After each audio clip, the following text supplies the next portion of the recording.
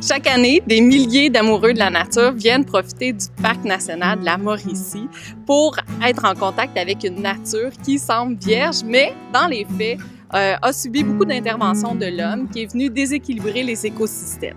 On vient à la rencontre de l'équipe de Biocano qui travaille sur un projet de restauration des lacs.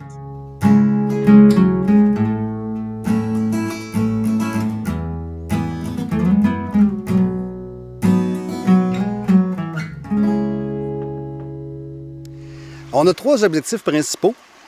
Un objectif vise à restaurer le régime hydrique des lacs, démanteler les anciens barrages de Drave. Il y en a des dizaines encore présents aujourd'hui qui viennent modifier l'écoulement, qui viennent modifier le niveau de l'eau. Premier objectif, c'est de les enlever pour retrouver des régimes d'écoulement naturels. Deuxième objectif du projet, c'est de dédraver les lacs. On va vraiment physiquement enlever les bios qui sont échoués sur les rives, au fond des lacs, pour redonner des rives naturelles. Troisième objectif, c'est de recréer des populations d'ombres de fontaine comme on les retrouvait, c'est-à-dire en situation allopatrique. Il y avait seulement l'ombre de fontaine présente dans les lacs comme poissons. Marc-André, pourquoi il faut travailler sur la restauration des lacs dans le parc de la Mauricie? Bien, comme tu l'as si bien dit, même si les lacs ont l'air d'être vraiment très beaux, très naturels, il y a eu des impacts humains partout sur le territoire du parc, surtout sur les écosystèmes aquatiques. On a des traces d'exploitation forestière dès le début des années 1800 sur le territoire. Presque tous les lacs de moyenne et grande taille ont été utilisés pour la drave. Il y a des barrages qui ont été aménagés. Il y a des dizaines de milliers de bios qui ont été abandonnés sur les rives, au fond des lacs. Puis également au niveau des espèces de poissons. Il y a plus d'une dizaine d'espèces qui ont été introduites sur le territoire, parfois par mégarde, par insouciance, parfois de manière délibérée pour varier la pêche sportive. Mais tout ça a eu des impacts cumulatifs très importants sur les écosystèmes aquatiques. Bien, le barrage, première chose, vient vraiment modifier le régime hydrique, le régime d'écoulement de l'eau. Tout le régime d'érosion naturelle et de dépôt des sédiments est perturbé. Alors, on vient vraiment éroder les rives des lacs en rehaussant artificiellement le niveau de l'eau. Et également avec les bios, le bois tombé. Quand on rehausse le niveau de l'eau, il y a des arbres qui tombent dans l'eau parce qu'ils sont ennoyés. Mais le bois qui tombe, à cause du rehaussement du niveau de l'eau, c'est doublé également de l'effet des bios qui sont dravés, qui sont abandonnés sur les berges. Et chaque bio, chaque tronc d'arbre qui tombe dans la rive devient une trappe à sédiments. Ce qui aurait coulé naturellement ou ce qui était érodé est retenu dans la berge par ces bios-là sur les berges. Il y a des endroits où ça cause de l'érosion, il y a des endroits où ça cause de l'accumulation de sédiments. Fait qu'on vient vraiment perturber l'équilibre naturel qu'il y avait sur les sites. Est-ce que vous avez des exemples de barrages? Qu'est-ce que ça fait, un barrage? Puis une fois que vous l'avez démoli, qu'est-ce que vous faites? C'est quoi l'opération en soi? Bien, la première étape, en fait, il y a des barrages qu'on connaît depuis la création du parc. Il y a d'autres barrages qu'on redécouvre ou découvre à chaque année. C'est caractériser le barrage. Ça révèle quand même une partie de l'histoire humaine du territoire. On veut connaître cette histoire-là. On travaille avec les archéologues de Parc Canada qui viennent caractériser les barrages, quelles étaient les structures, ses fonctions, son design. Une fois qu'on connaît très bien les barrages, on va également prendre des échantillons de rondelles de bois de la structure. Ça permet de dater la date de construction des barrages. Il y a des lacs comme ici au Lac-Pipe. Il y a eu une époque de drave plus récente, dans les années 1950. Mais on a également des pièces de bois qui ont été datées des années 1890. On trouve au moins deux époques de coupe forestière simplement en étudiant le barrage. Il y a beaucoup de ces choses-là qui n'ont jamais été écrites sur papier. On ne sait pas que les lacs ont été dravés. Par contre, on fait parler les bios. On va le lire dans les cernes de croissance des arbres qui nous révèlent une partie de l'histoire du territoire. C'est un travail qui est fait manuellement en grande partie. On a quand même de la machine pour nous aider à enlever les plus grandes portions de pierre, mais c'est essentiellement l'équipe qui travaille dans l'eau. Ils sont mouillés à journée longue pour retirer les pièces de bois, retirer les roches, pour abaisser graduellement. On ne veut quand même pas causer de problème d'érosion pendant les travaux. Fait que graduellement, sur quelques semaines, on ramène le niveau du lac à son niveau d'origine. Alors là, les travaux sont en cours. On a plusieurs milliers de bios de 4 pieds, les pitounes enlevées, et quelques milliers également de bios de 14 pieds. Des anciens bios qui étaient utilisés, du bois de sciage, qui doit dater de la fin des années 1800, début 1900 à retirer. Ça permet de retrouver des berges qui vont être naturelles. La végétation va repousser sur les berges. Il va se recréer des belles bandes riveraines dans les endroits qui étaient noyés antérieurement.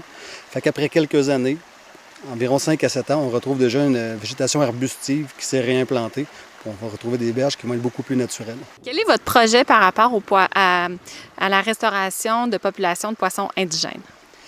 Oui, bien pour nos populations de poissons, on veut vraiment favoriser l'espèce qui était là avant les interventions humaines, l'ombre de fontaine.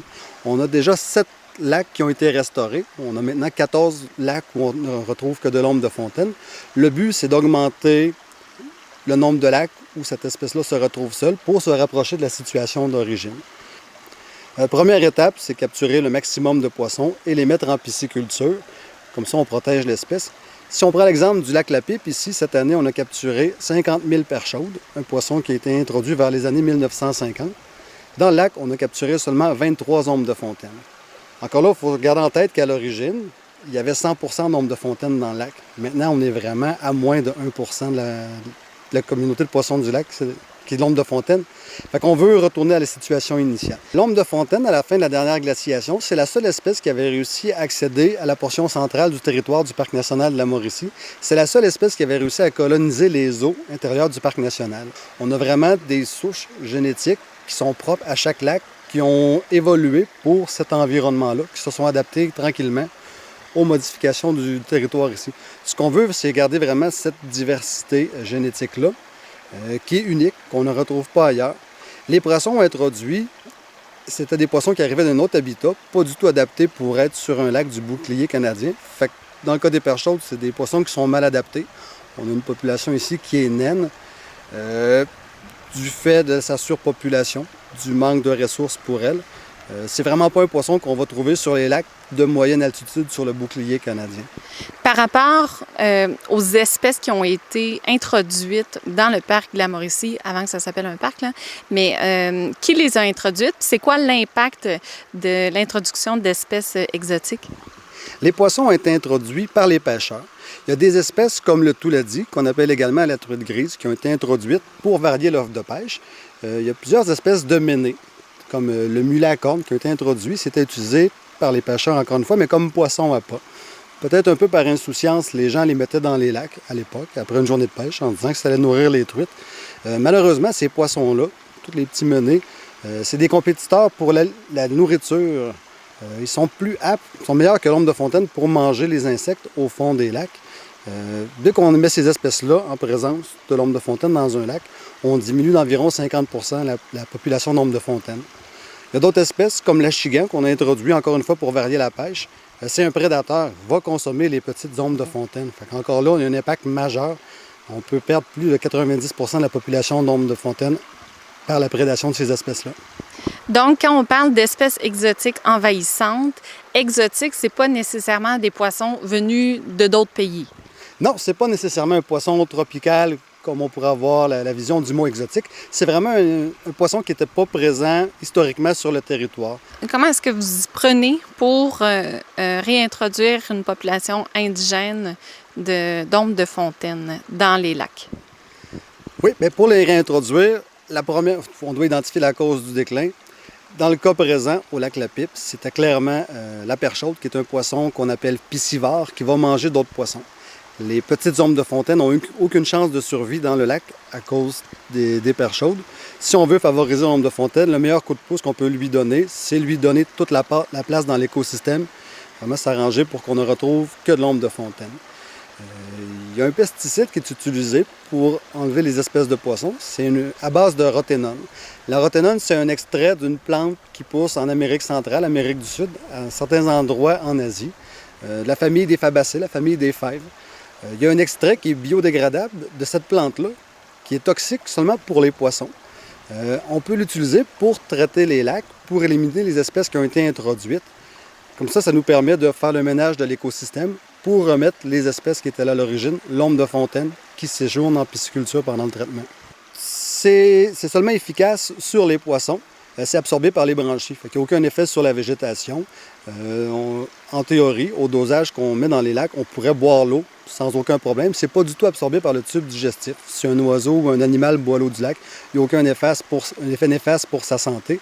C'est vraiment un pesticide qui a été développé pour cibler les espèces de poissons exotiques. Le reste de la faune est très peu affecté par ce produit-là ou pas du tout. Les ombres de fontaine vont aller en pisciculture 2 ans, les individus qu'on va capturer en lac. Ces individus-là ne vont pas revenir au lac La Pipe, mais c'est vraiment leurs rejetons, les petits alevins qui vont être produits avec la reproduction en pisciculture qui vont revenir en lac. Le but est de produire plusieurs dizaines de milliers d'alevins qui vont être réintroduits en lac. Ils ont une croissance phénoménale. Comme c'est les seuls poissons qui sont à l'intérieur des lacs, pour eux, c'est l'équivalent d'un buffet à volonté. Il y a de la nourriture partout. Toute la nourriture est accessible pour eux. Il n'y a pas de poissons plus gros, il n'y a pas de poissons prédateurs. Fait qu'ils ont vraiment la nourriture à volonté pendant les premières années de développement de la population. Vous traitez combien de lacs de cette manière au parc La Mauricie? En 2017, on a le traitement de 3 lacs qui est prévu, les lacs La Pipe, Isaïe-Ouest et Loubal. On a fait 3 lacs en 2016, des lacs de plus petite superficie dans une première phase du traitement. Ça devrait compléter le traitement pour le secteur du lac La Pipe au complet. L'ensemble du bassin versant va être traité. Bien, en 2018, le premier résultat majeur qu'on va avoir, j'en suis convaincu, c'est qu'on met des filets au printemps suivant le traitement, puis on ne capture pas de poissons. Les espèces envahissantes sont disparues des lacs. Toute la place dans l'écosystème va être là pour l'ombre de fontaine. Ça, c'est le premier résultat qui est important pour nous. Une fois qu'on a déterminé ça, vers la mi-mai, dans les jours suivants, on réintroduit notre première vague d'alevins. Alors, le plus beau des résultats, ce serait de réintroduire quelques dizaines de milliers d'alevins dans les lacs restaurés dès la mi-mai 2018. Les efforts de restauration des lacs depuis 2004 au Parc national de la Mauricie portent fruit. Pour preuve, cette année, 4 lacs ont été rouverts à la pêche ombre de fontaine. On peut s'attendre à des résultats similaires pour le lac La Pipe très prochainement.